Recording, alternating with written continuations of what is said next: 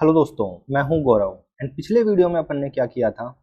पिछले वीडियो के अंदर अपन ने एक डोमेन खरीद लिया था। डोमेन खरीद लिया, इसका मतलब केवल इतना सा है कि अब ये जो डोमेन है इसको कोई और बंदा नहीं खरीद सकता। ठीक है, ये जो प्रॉपर्टी है ये आपके नाम पे रजिस्टर हो चुकी है। बट अभी तक आपको पहला कॉन्फ़िगरेशन जो करना है वो आपको ये करना है कि कोई भी बंदा अगर आपके डोमेन को वेब ब्राउजर में डाले तो उसकी रिक्वेस्ट आपके EC2 इंस्टेंस पे आनी चाहिए।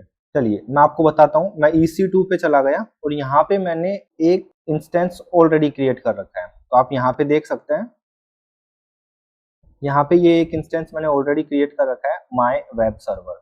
एंड ये एक इंस्टेंस कैसे क्रिएट करते हैं और इसके अंदर आप कैसे nginx इंस्टॉल कर सकते हैं और कैसे आप एक वेब पेज सर्व कर सकते हैं दुनिया के लिए, ये चीज़ मैं आपको मेरे पुराने वीडियोस में बता चुका हूँ। तो यहाँ पे मेरा जो EC2 इंस्टेंस है उसका IP एड्रेस ये है। मैं बात कर रहा हूँ यहाँ पे पब्लिक IP एड्रेस की। एंड मैं आपको केवल इतना बताना चाहता हूँ यहाँ पे कि अगर मैं इस IP एड्रेस को वेब ब्राउजर में डाल रहा हूँ तो एक वेब पेज ओपन होगा। न्यू टैब पे मैंने क्लिक किया एंड मैंने IP एड्रेस यहाँ पे डाला। जैसे ही मैंने IP एड्रेस यहाँ पे डाला तो ये जो रेस्पॉन्स आया है ये आया है मेरे वेब सर्वर से। I mean मेरा जो EC2 इंस्टेंस है वहां से ये वेब पेज मेरे को मिला है। ठीक है, अब मुझे क्या चाहिए, मुझे ये चाहिए कि ये वेब पेज ओपन हो, सेम यही वेब पेज ओपन हो, बट तब जब मैं यहाँ पे डालू http://learnwithgaurav.com। सो अपन ने जो डोमेन खरीदा था वहां पे चलते हैं अपन राउट 53 एंड अपना जो रजिस्टर्ड डोमेन था उसका नेम क्या था, इसका नेम था learnwithgaurav.com। तो इसको एक नए टैब में ओपन करके मैं आपको बता देता हूँ कि देखिए यहाँ पे ये ओपन नहीं हो रहा। एंटर। तो अभी आप देखिए this site can't be reach.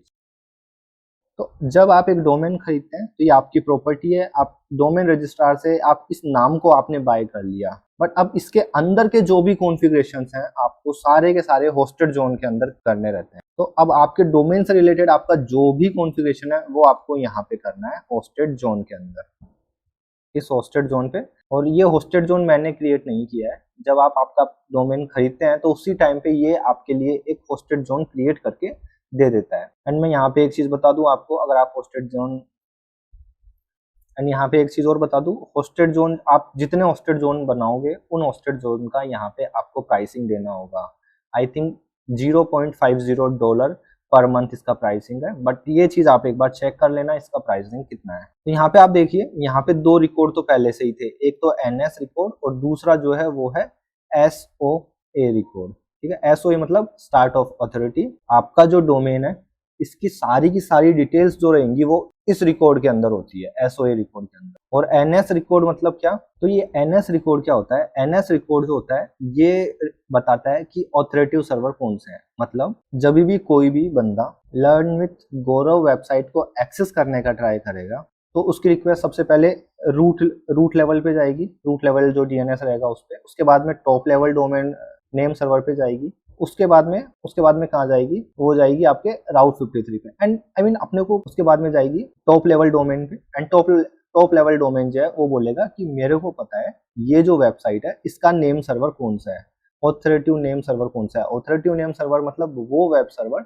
जिसको पता होता है कि ये जो वेबसाइट है इसकी रिक्वेस्ट कहाँ जानी है, या इसका सर्वर जो है वो क्या, वो ऑथराइज्ड होता है कि हाँ भाई ये जो वेबसाइट है इससे रिलेटेड सारी की सारी इंफॉर्मेशन इस नेम सर्वर पे रखी हुई है। तो AWS आपको 4 नेम सर्वर दे देता है, जिससे अगर कोई एक नेम सर्वर डाउन भी हो तो आपके वेबसाइट में डाउन नहीं आए कि आपके वेबसाइट को रिजोल्व ही नहीं कर पाए एंड यूजर। ठीक है, और इस चीज को आप अगर टेक्निकल पर्सन है, आपने कभी सर्वर कॉन्फ़िगरेशन किया है तो मैं यहाँ पे बता दूं, अगर आपने कभी भी विंडोज के अंदर आपने DNS सर्वर कॉन्फ़िगर किया है एंड वहाँ पे आप रिवर्स एंड फॉरवर्ड जोन्स जब क्रिएट करते हैं आप उनका कंपेयर कर सकते हो यहाँ पे होस्टेड जोन से।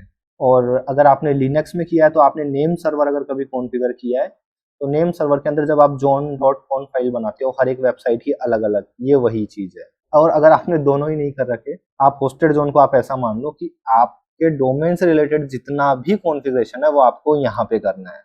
चलिए तो अब अपन क्या करते हैं, क्रिएट रिकॉर्ड पे क्लिक करता हूँ मैं। तो यहाँ पे देखिए रिकॉर्ड के अलग अलग टाइप होते हैं। यहाँ पे मेरे को सारे तो मैंने कभी भी यूज नहीं किए हैं, बट मैंने मेरी लाइफ में जो जो यूज किए हैं मैं आपको वो सारे के सारे बताना चाहूंगा। सबसे पहले ए रिकॉर्ड बेसिकली आपको क्या बताएगा, कभी भी इस वेबसाइट पे कोई भी रिक्वेस्ट आई तो उसको किस आईपी एड्रेस पे डालना है, ठीक है। तो ये रिकॉर्ड बेसिकली आपका जो वेबसाइट का जो नेम है उसको आईपी एड्रेस के अंदर कन्वर्ट करेगा, ठीक है। सेकंड, यहाँ पे ए की जगह 4 टाइम ए है, मतलब क्या, यहाँ पे भी आईपी एड्रेस है बट यहाँ पे IPv6 है। IPv4 जो होता है वो 32 बिट का होता है और जो IPv6 होता है वो 128 बिट का होता है, मतलब 32 इंटू आप 4 करोगे तो वो 128 हो जाता है। तो इसलिए यहाँ पे ए है। सी नेम रिकॉर्ड बेसिकली क्या होगा, कई बार ऐसा होता है कि आपके पास आईपी एड्रेस नहीं होता, आपके पास एक यूआरएल होते हैं और आप चाहते हैं कि इस यूआरएल को रिजोल्व करें। फॉर एग्जांपल, जब आप AWS के अंदर लोड बैलेंसर बनाते हो तो आपको कोई भी आईपी एड्रेस नहीं मिलता है, आपको क्या मिलता है, उसका एक DNS यूआरएल मिलता है। तो उस DNS यूआरएल को आप डाल के उसको रिजोल्व करवा सकते हैं। आप S3 बकेट के अंदर जब आप एक स्टैटिक वेबसाइट बनाते हैं तो वहां पे भी आपको आईपी एड्रेस नहीं मिलता है। आप S3 बकेट का जो यूआरएल जो आपको AWS प्रोवाइड करता है, आप उस यूआरएल को डाल सकते हैं। जब आप क्लाउड फ्रंट पे आप डिस्ट्रीब्यूशंस क्रिएट करते हैं तो वहां पे भी आपको आईपी एड्रेस नहीं मिलता है, तो उस टाइम पे आप सी नेम यूज कर सकते हैं। MX रिकॉर्ड क्या बताता है, MX रिकॉर्ड ये चीज बताता है कि अगर इस डोमेन पे कभी भी कोई मेल आया तो जो मेल का जो एक्सचेंज होस्ट रहेगा, मेल सर्वर जो रहेगा, आप यहाँ पे उसका आईपी एड्रेस डाल सकते हैं। उसके बाद में TXT, इसमें आप क्या कर सकते हैं, एक सब डोमेन सेट कर सकते हैं और इसको बहुत सारे लोग यूज करते हैं वेरिफिकेशंस के लिए। डोंट वरी, मैं एक एक चीज आपको बताने वाला हूँ। सबसे पहले अपन बात कर लेते हैं ए नेम रिकॉर्ड की। अपने पास आईपी एड्रेस तो है ही, मैं इस आईपी एड्रेस को कॉपी करता हूँ और इस आईपी एड्रेस को यहाँ पे पेस्ट कर लेता हूँ। एंड वन मोर थिंग जो मैं आपको यहाँ बता रहा हूँ, यहाँ पे आपको केवल आईपी एड्रेस डालना है। एंड देखो, मैं एक बार वापस से रिलोड करके बता देता हूँ कि अभी तक आपकी वेबसाइट वर्क नहीं कर रही है।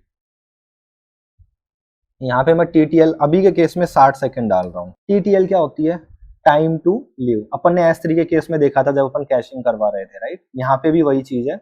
गलती से इन फ्यूचर अगर आपका आईपी एड्रेस चेंज हो जाता है और आप ये रिकॉर्ड अपडेट करते हैं तो DNS कितनी देर बाद इस रिकॉर्ड को रीड करेगा, यहाँ पे आप वो चीज डिफाइन करते हैं। एंड राउटिंग पॉलिसी, इनके बारे में अपन डिटेल में देखने वाले हैं। तो अभी के केस में अपन सिंपल राउटिंग यूज कर रहे हैं।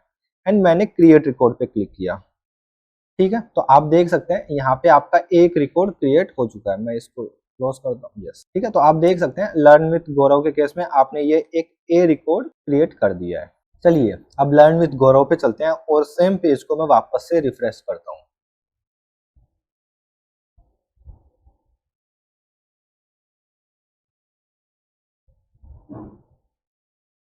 And boom,